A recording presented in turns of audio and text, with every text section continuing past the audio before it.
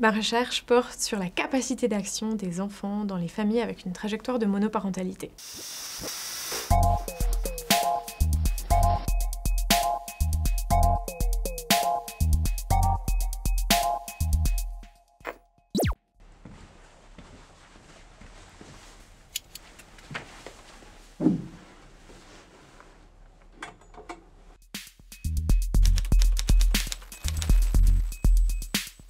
Je m'appelle Cléolia Sabot, je travaille à l'Université de Lausanne comme assistante doctorante. Je suis originaire du Jura, normalement ça devrait pas trop s'entendre. J'ai un parcours un peu atypique. J'ai d'abord réalisé un bachelor en pédagogie curative, donc j'ai une expérience d'éducatrice spécialisée, et puis j'ai ensuite fait un master à Lausanne en sciences de l'éducation, pour finalement découvrir dans ce cursus-là l'intérêt et la passion pour la recherche que j'ai continué du coup dans un doctorat.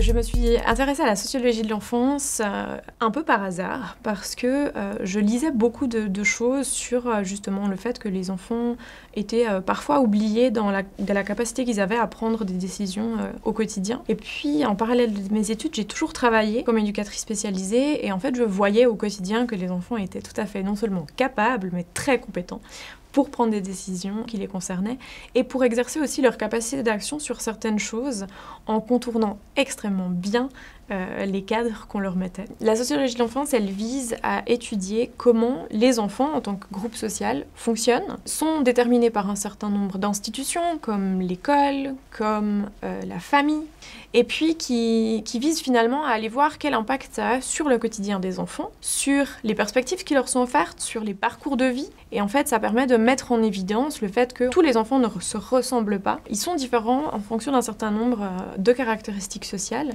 et puis l'autre angle d'entrée dans la sociologie de l'enfance, c'est de voir comment les enfants, ils négocient, ils agissent, ils réagissent à ces structures, à ces éléments qui leur sont imposés. Par exemple, ils n'ont pas le choix d'aller à l'école. Finalement, que font les enfants pour négocier et jouer avec le cadre scolaire et être finalement acteurs dans leur quotidien?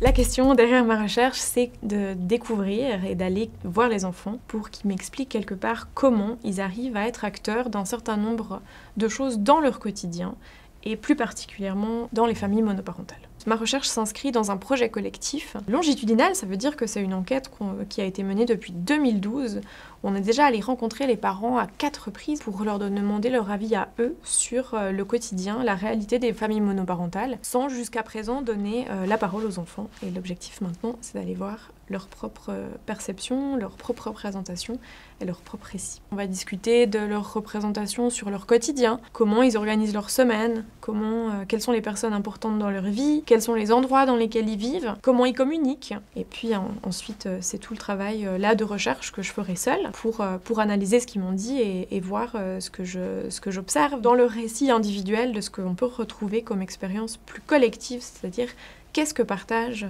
les enfants dans les familles monoparentales.